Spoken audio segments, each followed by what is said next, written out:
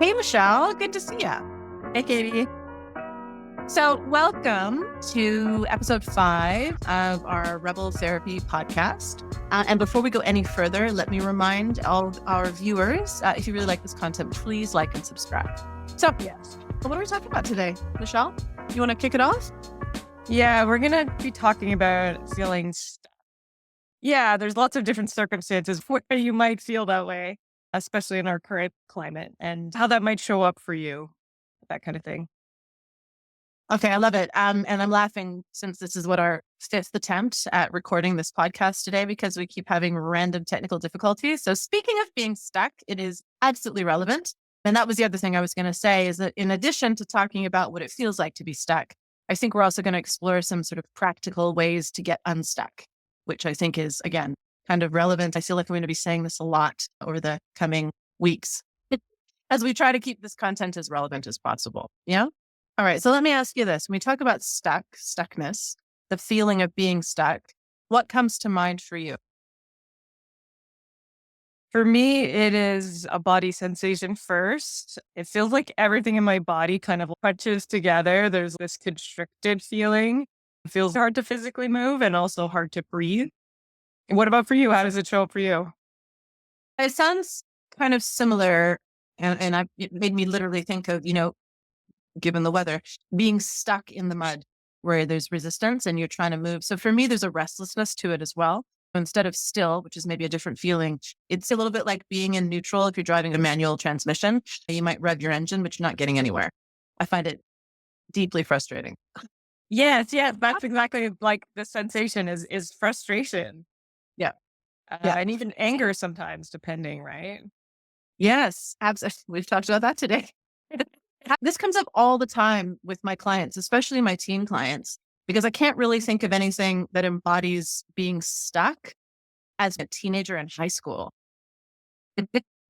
Right. And what I mean by that is that as a teenager, you have so little control over your external circumstances. You are where you are, and there's not much you can do about it. And we talk about it, my teenagers and I, especially ones who are not, who are in not great situations or circumstances, for example. And we'll sort of explore, well, you could burn it down by running away, for example, which I never advocate for. It never happens.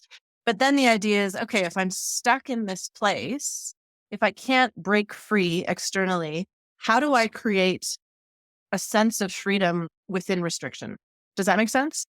I think. That's the analogy we were talking about, right? Yeah. Like, Yeah.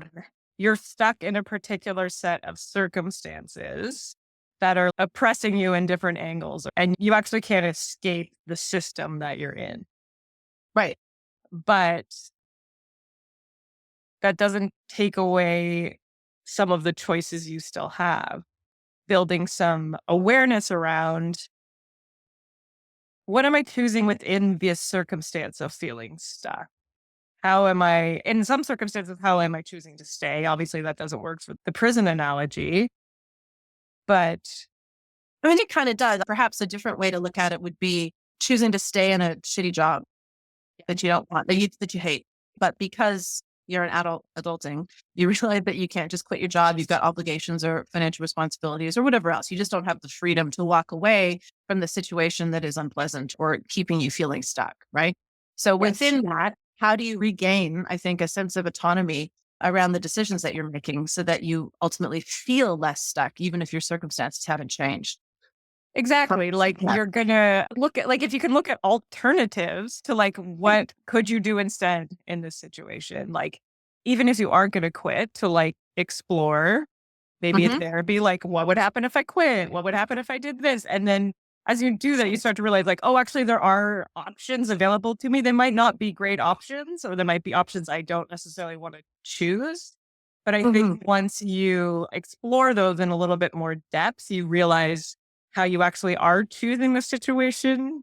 If I'm hearing you, it's the idea of figuring out which levers you do have control over that you can pull to change your circumstances. And then outside of that, how do you still feel like you are making choices? So, for example, if I decide that I have to be in a job, that I can't leave my job, I've gone through all of the scenarios and I realize, yes, I could leave my job. I could do this, I could do that. But on the whole, balancing all of the different factors, it makes sense for me to stay despite the fact that I hate it. right? And I think that, I mean, all of us, but certainly I've been in situations in my life where I've had to make that call. The idea then is not that the job is oppressing me and it's happening to me, which I think it's easy to fall into that feeling of, oh God, I can't change anything. This is just what's happening. I've got no agency and no control. As opposed to, I think, taking a step back and going, you know what, I am actually choosing to stay. I am choosing to stay in this difficult situation for all the reasons that I've just established. And I think that pulling out that sense of autonomy does result in a little bit of relief.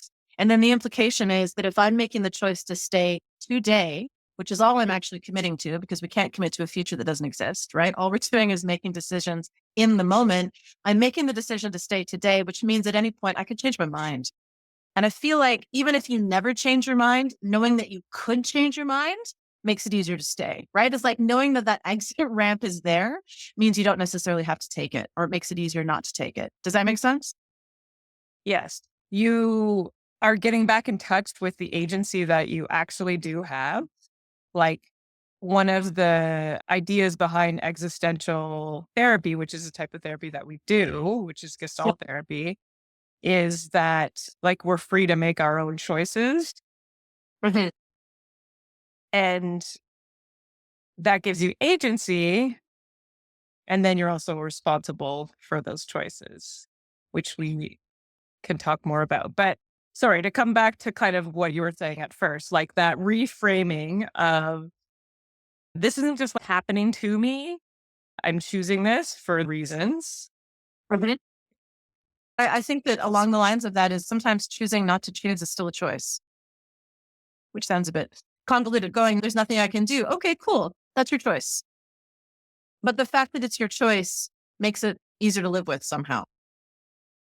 Yeah. Absolutely. Yeah. Cause I think we get stuck in these prisons in our mind, if you will. Mhm.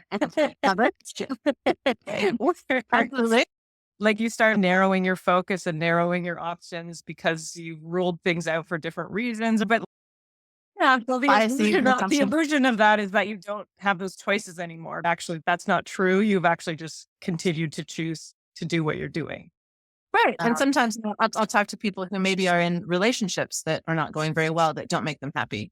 Uh, it's important to note that's not usually teenagers, that's usually adults. But, and they're in these relationships and they've decided that they need to stay for certain reasons, whether it's a sense of familial obligation or maybe a religious belief. It doesn't really matter. But the idea is that if this is what you honor and you believe in and you think on the whole is the better decision, then that's fine. That's the decision that you're making, right? And take the moral judgment away. I don't think that's useful, right? It's just what on the whole is the better balance, because there are consequences to any choice. If you do something, there'll be consequences. If you choose not to do something, which is still a choice, there are also consequences. So really it's about doing the thing most in alignment with yourself.